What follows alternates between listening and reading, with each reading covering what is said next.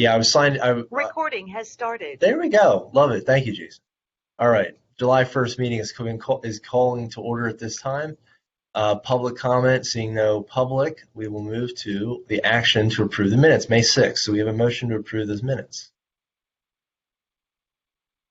Sure, I'll make the motion to approve the minutes from May 6th. Second. It's been moved and seconded to approve the minutes. Any final discussion on the minutes? Hearing none, all in favor say aye. Aye. Aye. Delayed I because of mute.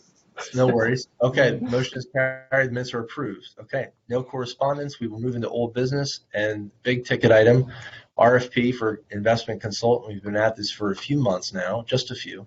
And we have a discussion decision on next phases. So we can turn it over to you, Jason, in terms of a recap of where we're at. But as we know, we send in our finalists, Jason, and we can talk about that and see how we're going to go forward. Sure. Yeah, just a quick recap. So we had, obviously the RFP was issued, seems like maybe 10 years ago, but also sometimes yesterday, but it was in January. So, we had the presentations on May 15th from PFM, Vanguard, and Marquette. They are three finalists based on the scoring matrix we had and all went through. And we are now at the point of really deciding between those three.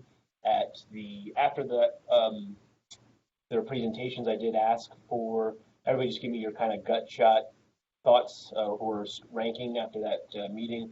Not really, that was just a pulse test at that point. So I think we'll open up for discussion at this point on what people thought, where they're leaning towards one or two of the companies, and hopefully from that, probably not a terribly long conversation, but come up with a decision from that. I'll defer to you, Mike, if you want to start that part off, but I'm just happy to share my thoughts first, or how we're going to go from there.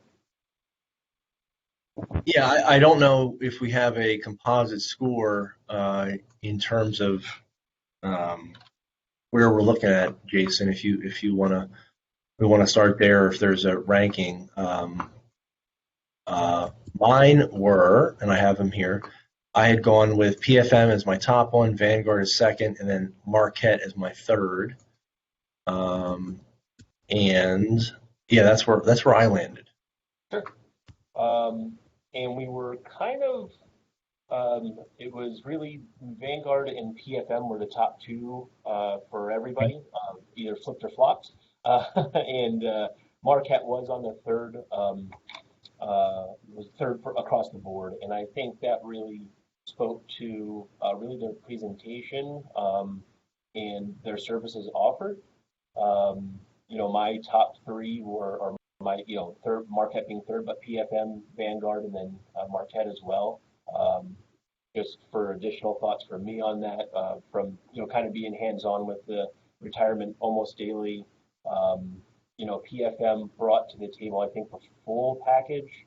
Vanguard, as we are probably somewhat aware, are more focused on passive type management, and they're willing to dip their toes in active, but and there's certainly there's pros and cons to that, but I think from my perspective, you want somebody that's willing and able and has the resources to do both approaches equally, because there are times when you want to maybe be more passive focused, and other times when you be more active focused, and depending on how the markets are performing, indices, all that sort of thing. So that's kind of where my ranking came in based on the presentations and the conversations that we had with those three presenters on May 15th.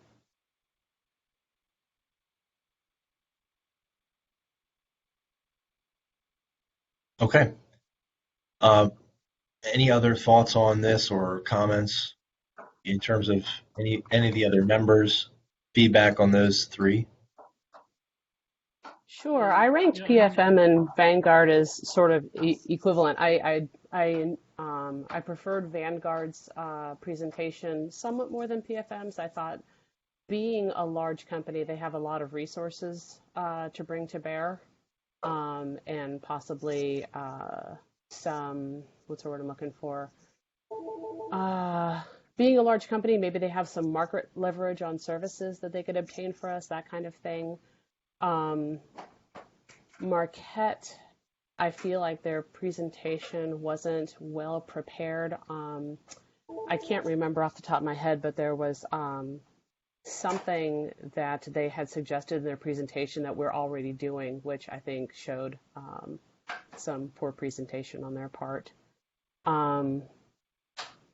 But I have a slight preference for Vanguard, and all things being equal, if it comes down to fees, I could go with either Vanguard or PFM. I'm comfortable with both of those choices.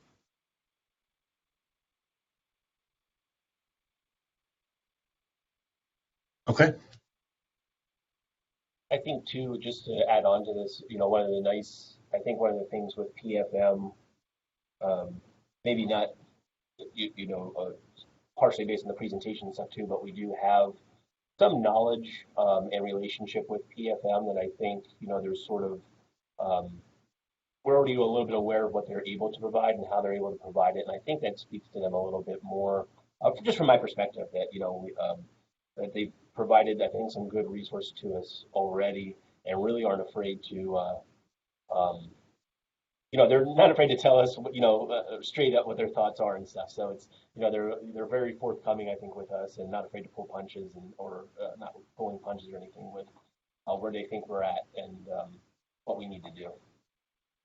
I'm going to stop to say it looks like we've lost a couple of people in the meeting. I think Mark just jumped. Mark had a poor connection, it said, and hopefully he'll come back. Yeah, I think that one of the things that intrigued me about PFM and even PFM mostly, but I think Vanguard pointed it out, was there are some more conservative investment strategies that we're not tapped into that are a good place to be.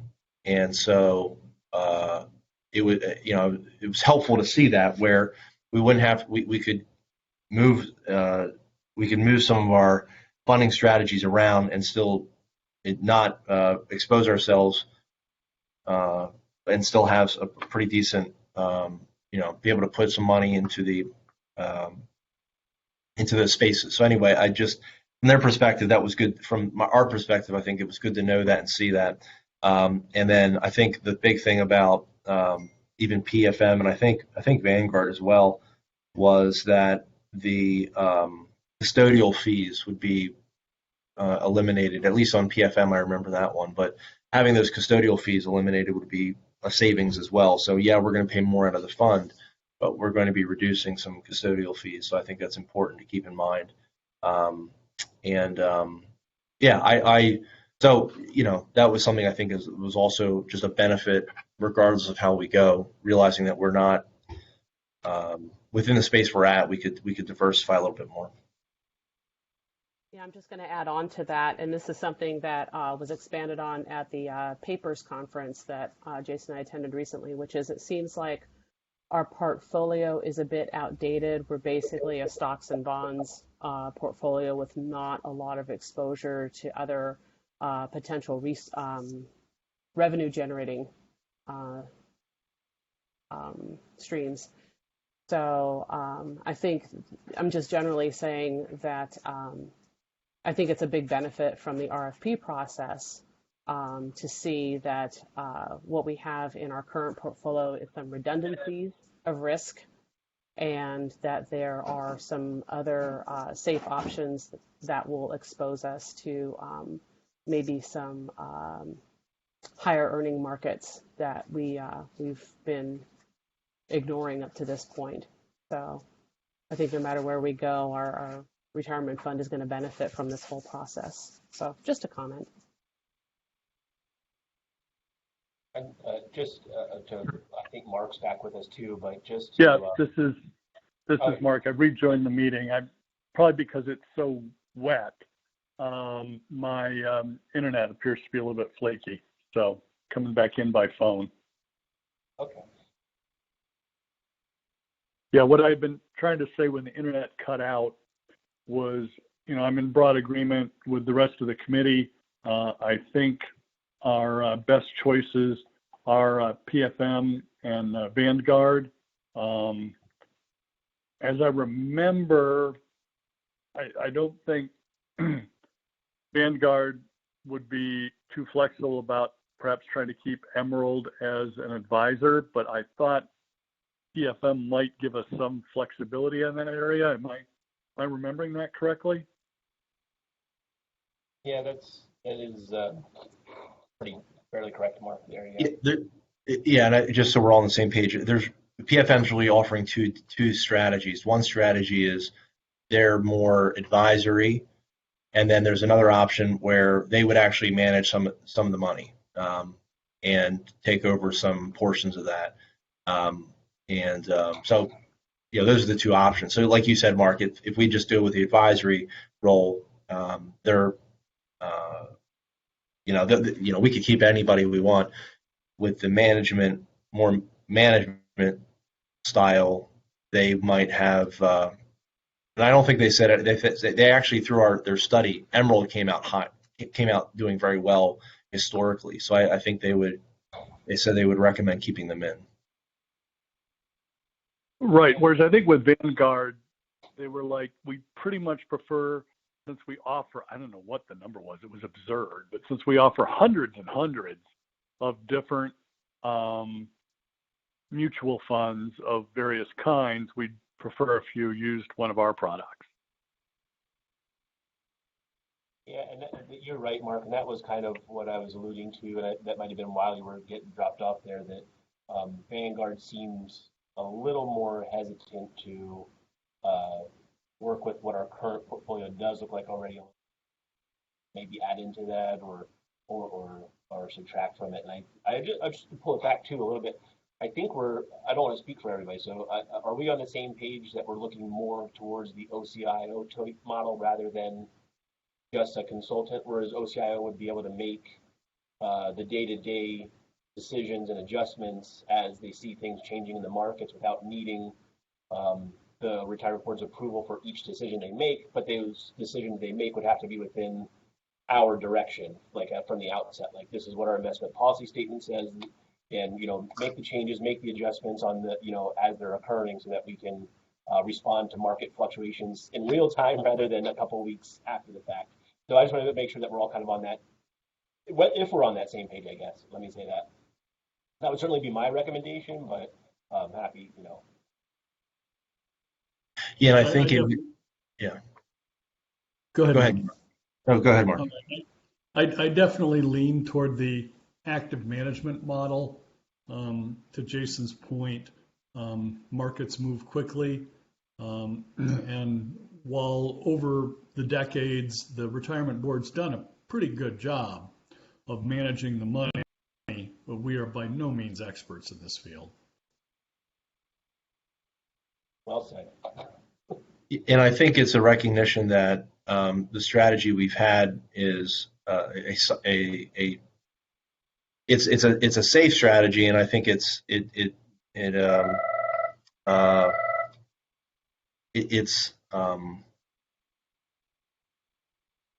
lost my train of thought there. Sorry.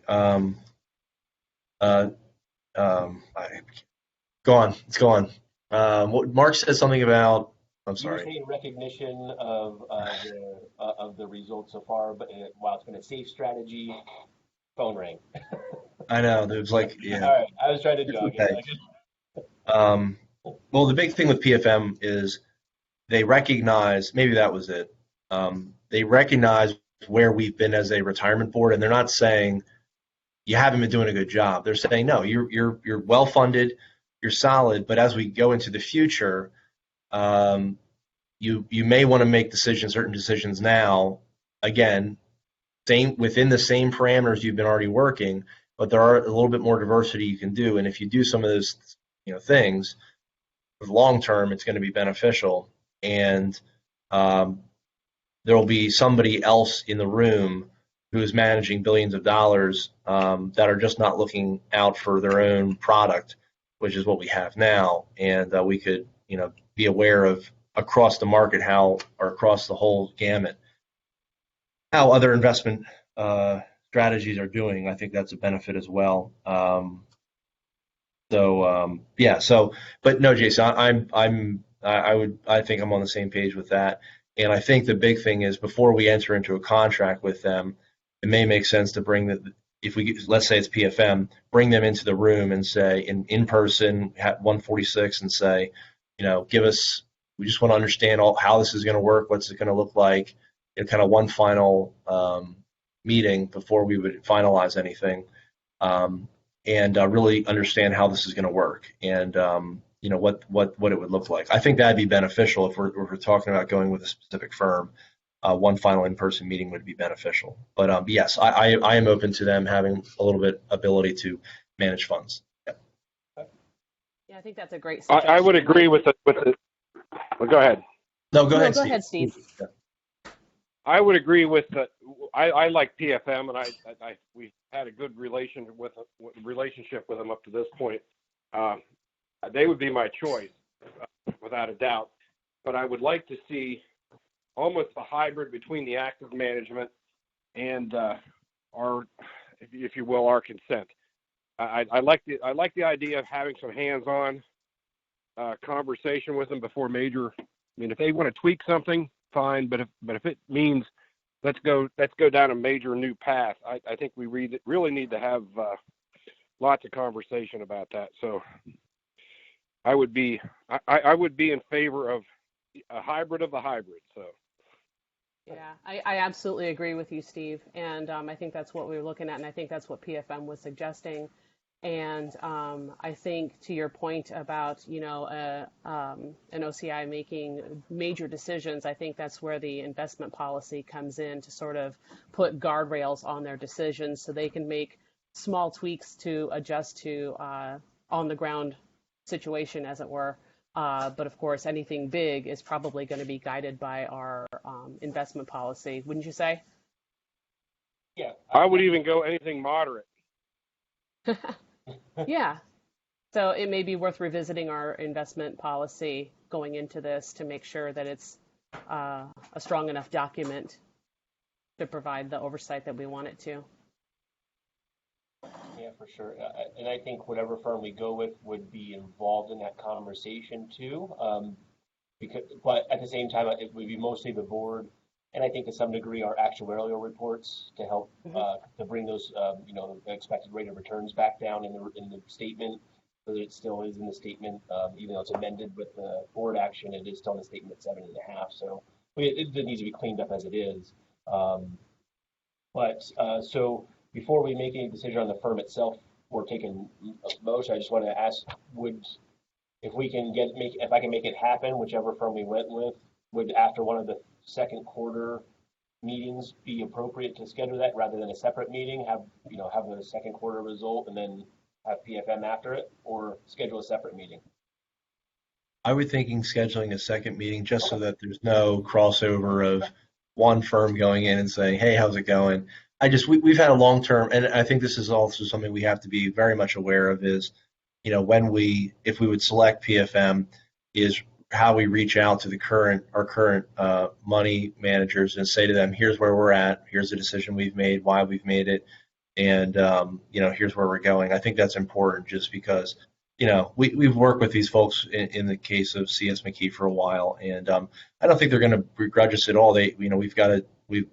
Other counties have gone in this direction and makes them sharper, I think, at the end of the day. So point being is that I think that's important. And so I would say to have it on a separate day. That'd be my thought. Okay. That's fine. And I can do that either between some of the second quarters or after them. That would put us at the beginning of August, but probably the second week of August, because I believe commissioners are at DCAP, the first week of August? So yeah. So it'd probably be the second week of August. If I kept it Thursday, if I did a Tuesday, we could do the 13th, 20th, or 27th, depending on anybody's availability. We're still about 2 weeks out. Anyway, that's just, so I just wanted to confirm that with everybody first before I started scheduling things after we take some action here.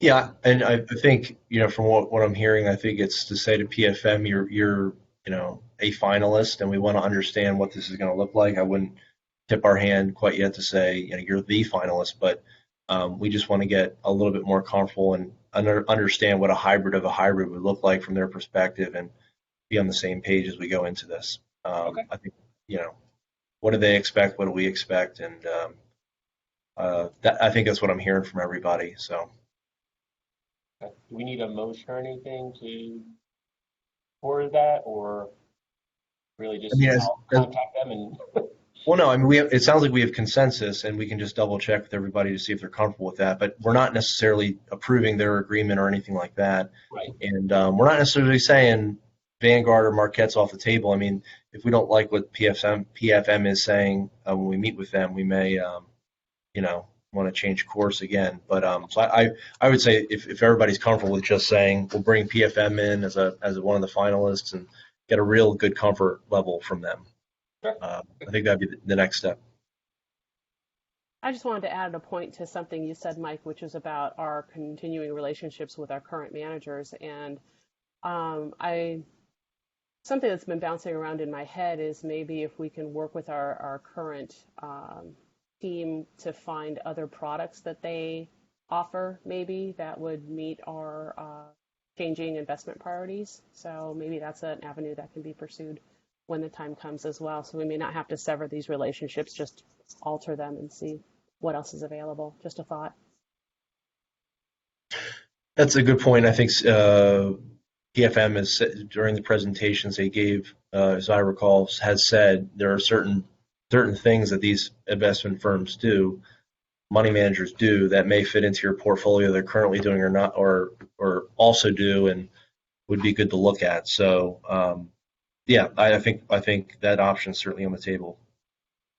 Yeah, I think that's an important point, that just because just because we may go with one of these firms, that does not in and of itself eliminate the fact of, or remove our relationships with Ch1, CS McKee, or Emerald at this point, and that'd be something we would work then with the firm to make some of those decisions on. And I think that goes to Steve's point too, that whoever that firm is wouldn't be empowered to automatically sever those. That would be conversations with all of us, to see what comfort level there was there, or if there were just additional packages. Yeah. So are we good with me contacting PFM to come in the next couple of weeks? I think sounds like we are. Yeah. Okay. And that's what I'll do. And I think the one thing, just so they understand kind of what I think we're thinking, from my perspective, what I'm seeing them is like, all right, let's say we go with you. What does that look like?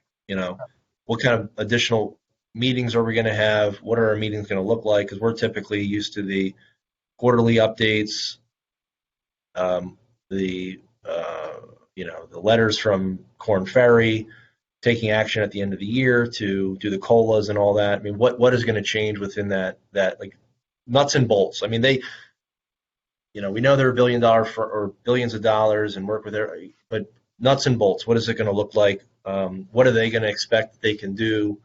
Let's really talk about it. I think that would be beneficial. That's what at least I'm thinking that this meeting is going to be about. Yeah, it makes sense. And I'll find a day where we have maybe a little bit more than an hour availability for all of us, so that we're not constrained to 1 hour or whatever there. If it goes long, so I'll make sure we have time that everybody can ask the questions they want to ask, get the information they want to get out of that, so that it's just really well informed coming out of it. Okay. Yeah, I think August it would be good, and then if they're starting, Q4, I think that's a healthy way to look at it. Okay. If there's a start date, it's Q4. Just so we have enough runway. Let's not rush into this and make sure it works. So, yeah, absolutely. Yeah, that's good. All right. Okay. All right. Thank you, Jason. Thank you. Anything else for this on this? Not from me, anyway. Okay. All right.